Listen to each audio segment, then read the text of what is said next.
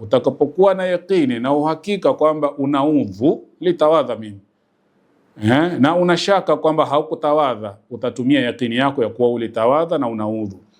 Ukiwa na yakini kama mimi sina udhu, sijatawadha, na unashaka iwapo ulitawadha, basi utatumia yakini yako kwamba hauna udhu, utawadhe.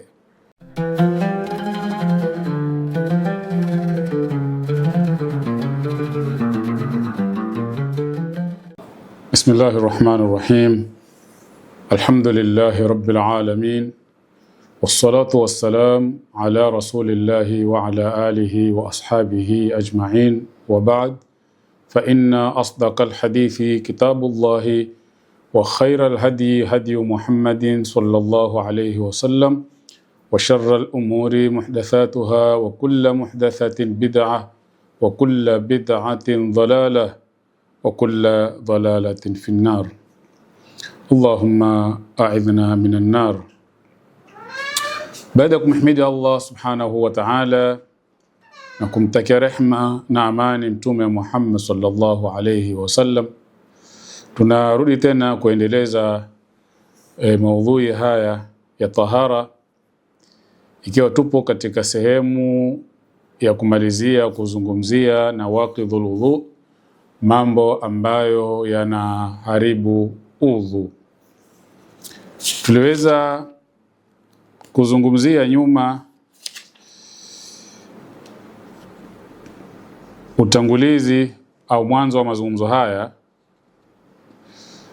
kwamba kullu ma kharaja minas sabilain, vyote ama kila kinachotoka katika njia mbili, kwa maana uchi wa mbele na wa nyuma, kinaharibu udhu. Lakini pia tukazungumzia usingizi, mtu anapolala, kwa maelezo yale ambayo tuliyaweka kwenye hili la kulala vipi linaharibu udhu. Lakini pia tukazungumzia mtu kushika uchi pia kuna haribu udhu, tukaelezea maelezo yale vipi kushika uchi kuna haribu udhu. Na hili ndilo lilikuwa la mwisho katika kulizungumzia. Kwa hivyo leo insha Allah taala tunaingia kuzungumzia jambo jingine na mingineo ambayo yanafungamanishwa na masala haya ya vitu vyenye kuharibu udhu. Jambo jingine ni lamsul mar'ati, kumgusa mwanamke. As-sahihu anna lamsal mar'ati la yunqidhu al-udhu'a. As-sahihu, usawa.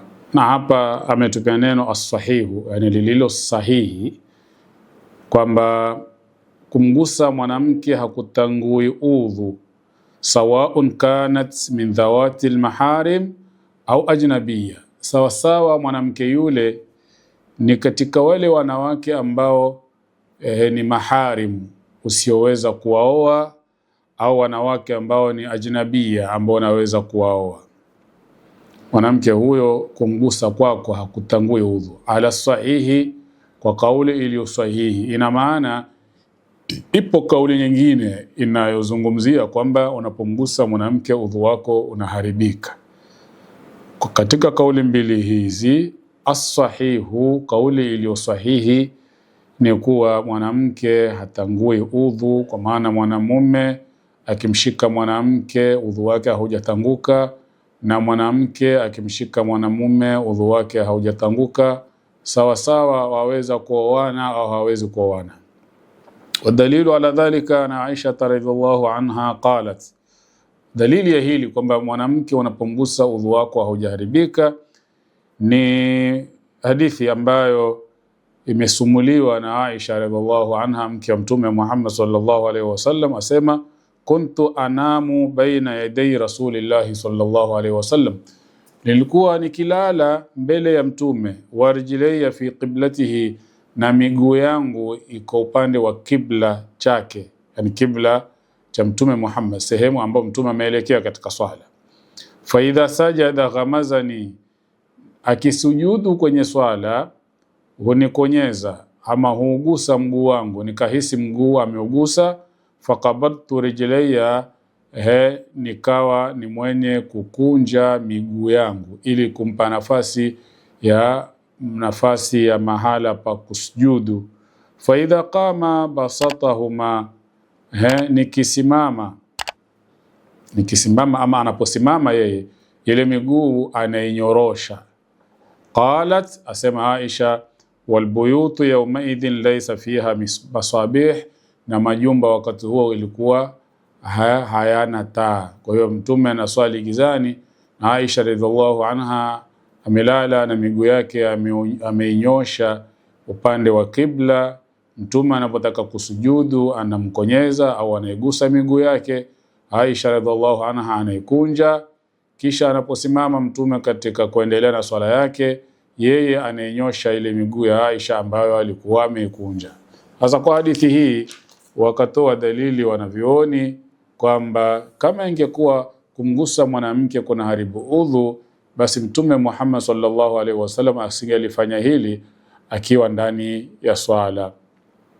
Wa anha, bali katika hadithi nyingine kutoka kwa huyo Aisha radhiallahu anha, anna nabiyya sallallahu alaihi wasallam, kwamba Mtume kana yuqabbilu ba'dha azwajihi, alikuwa akiwabusu baadhi ya wake zake, thumma yusalli, kisha anaswali, wala yatawadha wala hatawadhi.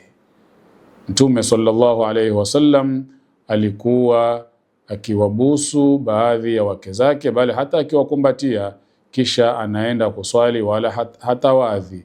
Likaonesha fika kwamba hili ni dalili tosha kuonesha kwamba mwanamke unapomgusa udhu wako haujatanguka, au mwanamke anapomgusa mwanamume udhu wake haujatanguka.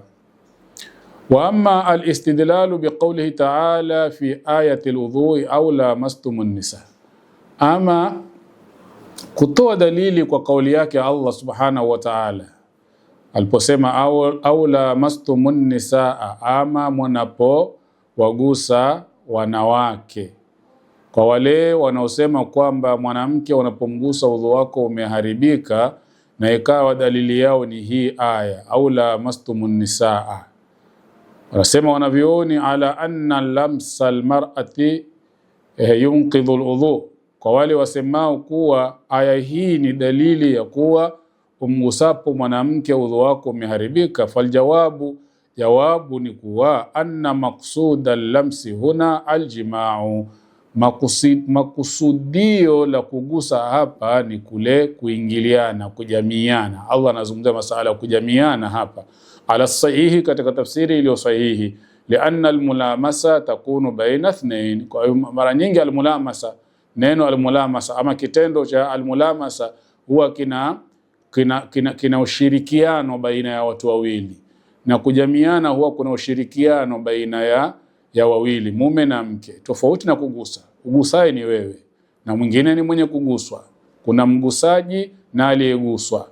Lakini kujamiana huwa ni vitendo ama ni kitendo ambacho kina ushirikiano baina ya wawili, kila mmoja anafanya pati yake katika kitendo hichi, na ndicho ambacho Allah subhanahu wa ta'ala anakizungumzia hapa, au lamastumun nisaa, kwa maana pale muwagusapo wanawake, basi muwe mtakuwa ni wenye kuoga mwili mzima, na mnapokosa maji mtayammam. Na ukiangalia aya hii ambayo ni aya ipo katika suratul Maida, ukipeleleza ni kwamba hii aya huko nyuma imezungumzia masala ya mtu anapotangukwa na udhu, anapotoka chooni kukidhi haja, ikawa ni upande wa kupata hadathi ndogo. Kisha Allah subhanahu wa ta'ala akazungumzia habari ya mtu kupatwa na hadathi kubwa kwa kauli yake aliposema au lamastumun nisa. Mwanzo wa aya hii inasema au jaa ahadun minkum minal ghaiti. Kuna aya ambayo katika ipo katika suratul Nisa, Allah amezungumzia mmoja wenu anapotoka wapi? Chooni. Hii ni hadathi ndogo ambayo inamwajibisha mtu kutawadha. Lakini aya hii ambayo ipo katika suratul Maida, Allah anazungumzia hadathi kubwa, au lamastumun nisaa, iwapo mtakapokuwa mmewagusa wanawake. kwa njia ya kujamiana. Hili linaharibu linakufanya uwe ni mwenye kupata hadathi kubwa na ulazimike kuoga mwili mzima. Kwa hivyo hii aya haijasimama kwenye dalili ya kuwa kumgusa mwanamke kuna haribu udhu, bali aya hii imesimama kwenye dalili ya kujamiana kunawajibisha mtu kuoga mwili mzima na kunapelekea mtu kupatwa na hadathi kubwa. Tanbihi, uzundushi. Alqawlu biadami naqdhi alwudhu'i man lamasa almar'a, tukisema kwamba mwenye kumgusa mwanamke haribikiwi na udhu, la yani jawaza musafahati rajuli lilmar'a alajnabiyya, haimaanishi kwamba yafaa mtu kuugusa mwili wa mwanamke wa kando. La, masala ya kutanguka udhu mbali na masala ya uharamu wa kumgusa mwanamke ajnabia mbali. Tukisema kwamba mwanamume au mwanamke wote wawili wakigusana mili yao kwamba udhu wao hawaribiki, haina maana kwamba hapo pametoka uhalali wa wao kugusana, uharamu uko pale pale. Lakini tuchukulie kwamba imetokea mwanamume akamgusa mwanamke na mwanamke akamgusa mwanamume, udhu wao bado haujaharibika. Na kama itakuwa kugusana kule kumetokea bahati mbaya, basi hawana neno. Na ikiwa kugusana kule imetokea kusudi, yani mwanamume amempeleka mkono wake kusudi kwa mwanamke kuugusa, basi udhu wake utakuwa haujaharibika, lakini madhambi amepata kwa sababu amefanya kitendo ambacho cha haramu.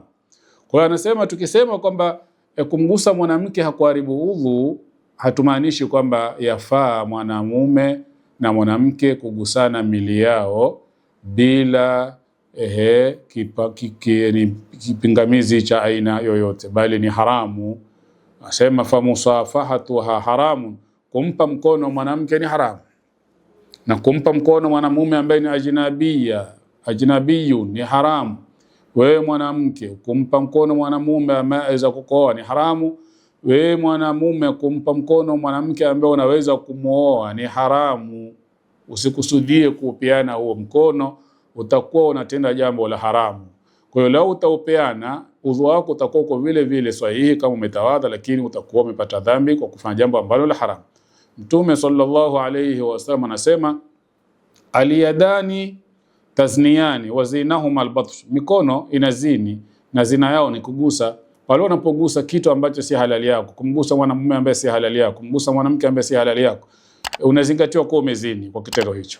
Bali Mtume Muhammad sallallahu alayhi wasallam anasema, la an yut'ana fi ra'si ahadikum bimakhitin min hadidin, mmoja wenu kudungwa kwa sindano ya chuma, khairu lahu, ni bora kwake, min an yamassa imra'atan la tahillu lah, kuliko kumgusa mwanamke ambaye si halali yake. Hii hadithi inaonyesha makemeo makali sana ya watu wawili, mume na mke, kugusana mili yao na ili hali wao ni watu ambao wanaweza kuoana, ni watu ambao hapana uharamu wa kuoana kwao. Hatari kubwa na makemeo makubwa. Mtume anasema, lau utakhiari baina kudungwa na sindano ya chuma na kugusa mwanamke ambaye si halali yako, basi afadhali ukubali kudungwa sindano ya chuma kuliko kugusa mwili wa mwanamke ambaye si halali yako. Kwa hivyo hili litabaki pale pale kwamba ni haramu kumgusa mwanamke ajnabia au mwanamke kumgusa mwanamume ajnabi, wala haliingii hili wala halina uhusiano hili na mtu na kusema kwamba mwanamke ukimgusa haribu udhu. Baada ya kuelezea hivi vitu ambavyo vinaharibu udhu, tuje hapa katika milahadhat ma tataalaku binawaqidh alwudhu, baadhi ya vidokezo na uzundushi ambao unafungamanishwa na hivi vyenye kuharibu udhu. Kidokezo cha kwanza asema, adamu la yunqidhu alwudhu'a, damu haiharibu udhu, sawaun kana kalilan am kathiran, sawa damu ile iwe chache ama iwe nyingi. Yani mfano umetawadha alafu ukajikata, ulipojikata ukatoka na damu, udhu wako bado ni sahihi, haujaharibika. Pili, alqai'u walqalas wa huwa ma yakhruju min aljawfi inda ibtila'i albatn, kutapika ama kuteuka. Ikiwa mtu ametawadha alafu akatapika, akatoa matapishi yake ama akateuka mpaka vikatoka vitu kutoka ndani ya tumbo lake, udhu wake vile vile pia utakuwa bado haujaharibika, ni sahihi. Ama kuhusiana na hadithi kwa sababu lam yaqum dalilun sahihun sarihun ala naqdhihi liludhu, hakuja simama dalili sahihi iliyo wazi kwamba kutapika kuna haribu udhu. Ama ile hadithi ambayo imeelezewa katika hadithi ya Abu Darda anna Rasulullah qaa fa aftara, kwamba alitapika na akavunja saumu yake. Qala Thawban ana sababtu alayhi wudhu'ahu, kwamba mimi baada ya kutapika nilimiminia maji yake ya kutawadha, akatawadha. Hadithi hii falaisa sarihan fi anna wudhu'ahu kana bisababil qai, haiko wazi kwamba kutawadha kwake mtume baada ya kutapika kulikuwa ni kwa sababu ya nini? Ya kutapika. Bal huwa muwafaqatu halin, ay annahu qaa wa wafaqa dhalika waqta wudhu'ihi, kwamba mtume alitapika na ikaafikiana na wakati wa kutawadha kwake. Alitapika na wakati ule ule ulikuwa umewadia wakati wa kutawadha kwake, katawadha.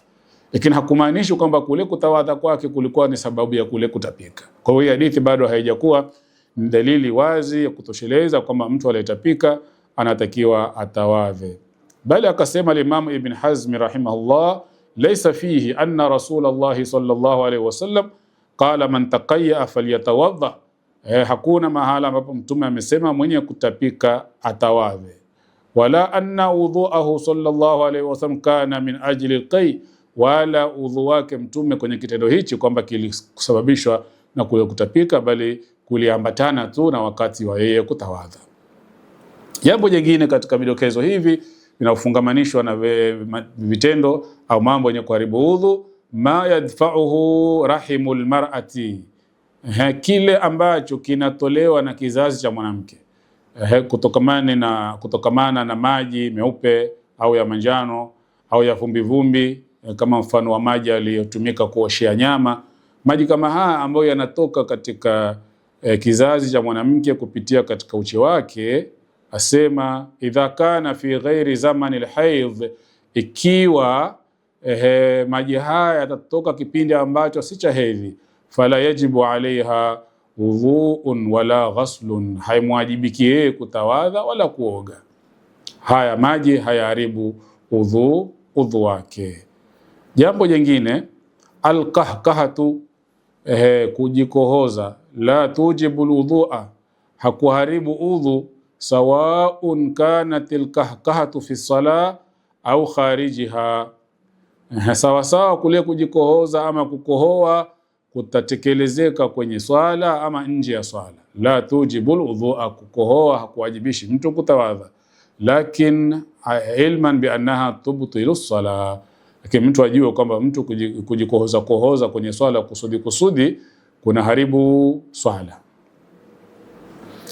Jingine, idha shakka au khuyila ilayhi annahu kharaja minhu shay'un am la, mtu atakapokuwa na shaka kwamba ametokwa na kitu ama hajatokwa na kitu. Unaweza kuwa wewe umeketi au umesimama na una udhu wako, lakini ukahisi kama kitu kimetoka katika sehemu yako ya nyuma, lakini ukawa na shaka kumetoka kitu ama hakukutoka kitu. Bimaana hal ahdatha am lam yuhdith, je, amepatwa na hadathi mtu huyo ama hakupatwa na hadathi? Fala yadhurruhu dhalika, hali hiyo haimdhuru mtu huyo. Wala yantaqidhu wudhu'uhu illa an yatayaqqana, wala udhu wake hauharibiki mpaka atakapokuwa na yaqini. Wadhalika lima thabata an Ubada ibn Tamim an ammihi annahu shaka ila an-nabiy sallallahu alayhi wasallam. Ubada ibn Tamim asema ami yake alimshtakia mtume Muhammad sallallahu alayhi wasallam kuhusu ar-rajulu yukhayyalu ilayhi annahu yajidu shay'a fi as-salah, kwamba mtu ahisi ya kuwa kuna kitu chatoka akiwa katika swala, anahisi kitu hivi fulani, labda kinaashiria kama kutoka na yuko ndani ya swala baina ya makalio yake. Asema mtume sallallahu alaihi wasallam, fala yanfatilu hatta yasma' sautan au yajida rihan, asiondoke kwenye swala mpaka asikie sauti au apate harufu. Saa nyingine huwa ni ibilisi analeta ushawishi wake tu katika swala yako ili ujihisi kwamba labda umetangukwa na udhu. Mtume akasema unaposikia hali kama hiyo baina makalio yako kama kitu yatoka hivi, basi jua kwamba Mtume anakuambia usiyavunje swala ukatoka ukadhania labda umepatwa na hadathi, isipokuwa pale utakaposikia sauti hiyo kwa masikio yako imetoka baina makalio yako, basi utajua hapa nimeharibu udhu. Ama usikie harufu ambayo si ya kawaida, haikuwepo, ila harufu ile imejitokeza baada ya wewe kusikia kama kitu kutoka baina makalio yako, utajua sasa hapa mimi nimeharibu udhu wangu. Lakini tu kusikia hali tu ya kutoka kitu na haujasikia sauti wala haujasikia harufu, hilo lisikutatize labda ukahisi kwamba udhu wako umeharibika, bali utaendelea na swala. Lakini hili tuunganishe na lile la nyuma la mtu kusikia sauti kwenye baina ya makalio yake. Kuna mtu kusikia sauti kwenye tumbo, ngurumo, tumbo la nguruma. Nasema kadhalika idha sami'a sautan dakhila batnihi fa innahu la yantaqidhu alwudu illa bi khuruji ar-rihi min ad-dubur. Waweza kusikia tumbo lako la nguruma uko ndani, yatoa sauti kweli kweli, ili pia haliharibu udhu. Mpaka usikie sauti ile imetoka kupitia makalio yako, ama usikie harufu. Lakini mgurumo tu wa tumbo, usitatizike na hili, labda ukahisi hapa udhu wangu umeharibika. Ama maneno aliyozungumza Ibn Qudama rahimahullah, asema idha alima annahu tawadda wa shakka hal ahdatha am la, mtu atakapokuwa amejua kwamba yeye ametawadha, anaakini kwamba ametawadha, anajua hivyo, lakini akawa na shaka kwamba mimi udhu wangu umeharibika ama haujaharibika, bana ala annahu mutatahhir, atajenga yakini kwamba yeye yuko tahara. Madamu yakini yako wewe ni tahara, shaka ndiyo ipo katika hadathi, beba yakini, shaka ya hadathi achana nayo.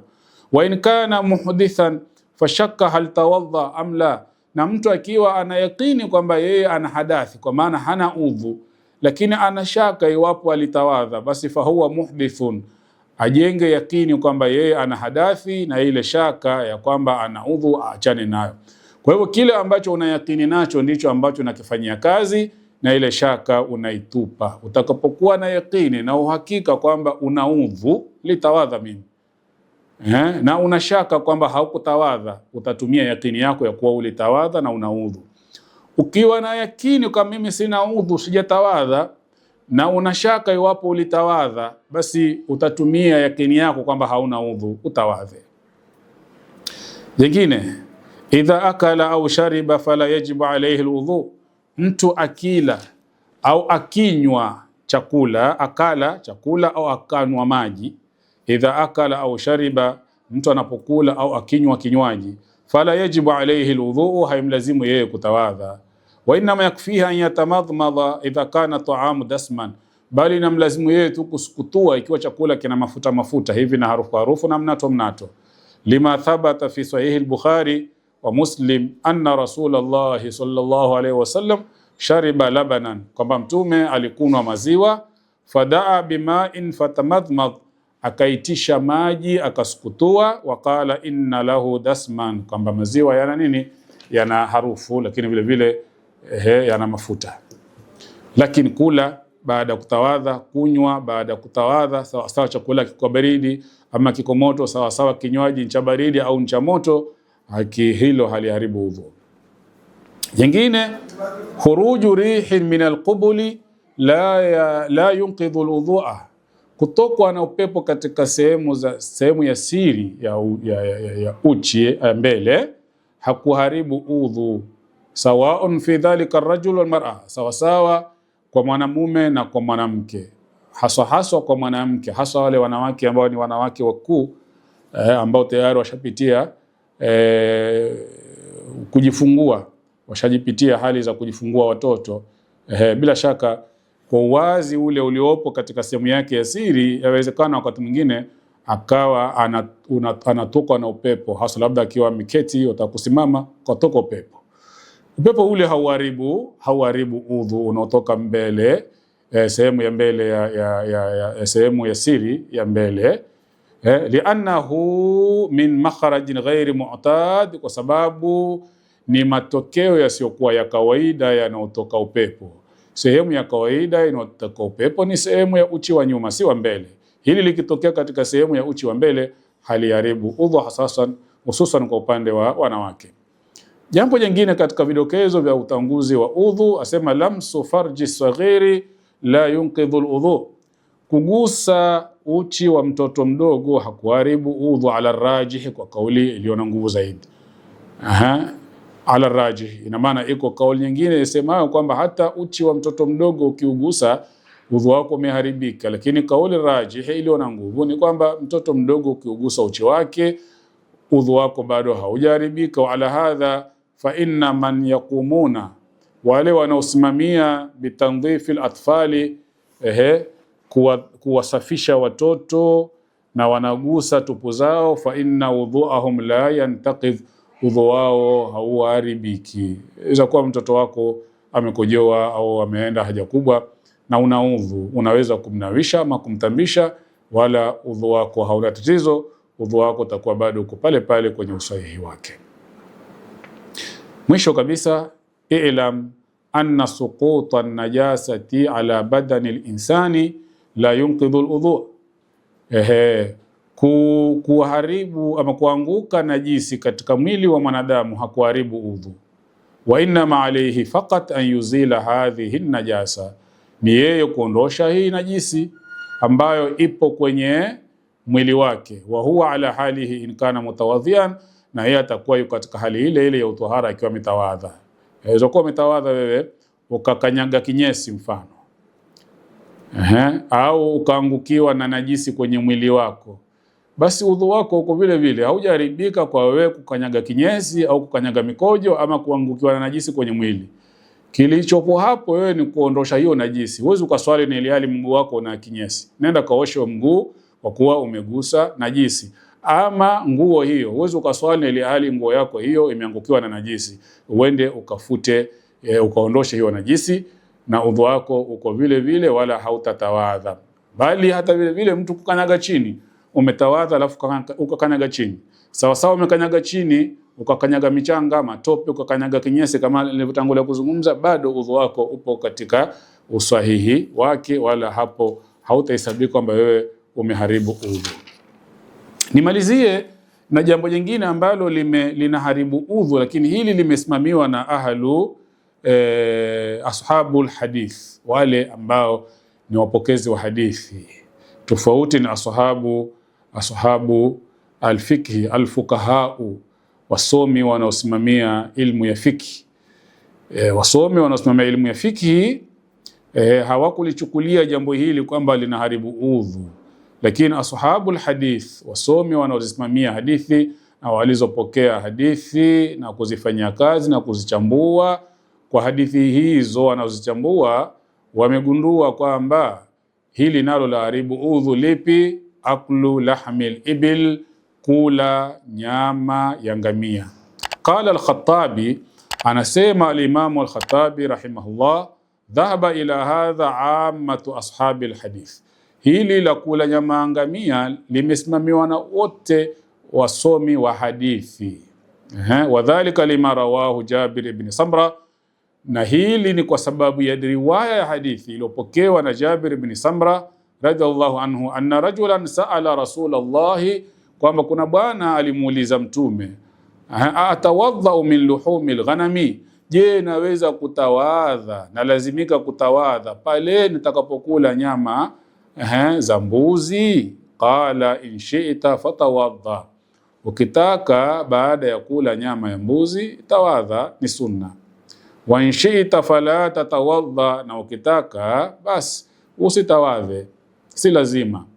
Kisha kamuuliza atawadha min luhumil ibili, je, inalazimika kutawadha ni kila nyama za ngamia? Qala, Mtume akasema naam, fatawadha min luhumil ibil, tawadha ukila nyama za ngamia. Kwa hivyo ikawa hii ni hadithi ambayo ahlul hadith wanaitegemea kwamba ulaji wa ngamia unasababisha wewe kuharibika udhu wako na kutakiwa kutawadha tena. Wa an Jabir radhiyallahu anhu qala amarana Rasulullah sallallahu alayhi wasallam an natawadha min luhumil ibil ametuamrisha Mtume tutawadhe tutakapokuwa tumekula nyama ya ngamia. Hadithi hii ambayo inaelezea masala haya ya ulaji wa nyama ya ngamia kwamba kuna haribu udhu, ni hadithi ambayo ipokewa na Imam Muslim, bali hata vile vile Imam Abu Daud wa Tirmidhi na wasomi wengine wa hadithi.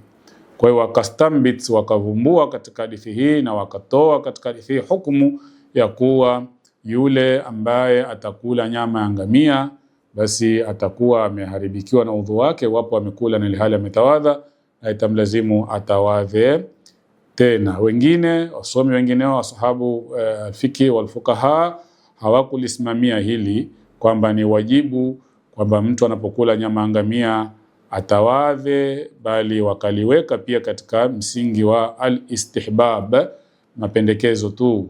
Kwa hivyo inategemea pale ambapo wewe utaweza kushikamana napo. Ukiona kwamba kutanguka kula nyama ya ngamia, msimamo huu unaweza kufanyia kazi kwamba kuna haribu udhu, utatawadha. Na ikiwa utalichukulia swala kwamba ni la sunna wala si la wajibu, basi utaliacha. Lakini ili kujitoa katika shaka, kwa sababu masala ambayo yapo katika dini, ili kujitoa katika shaka unapokula nyama ngamia, tawadha, ili uwe utakuwa kama ni wajibu umetekeleza wajibu, na kama ni sunna vile vile umetekeleza sunna, na hapo itakuwa umepita mapito ambayo ya kujiondosha katika shaka.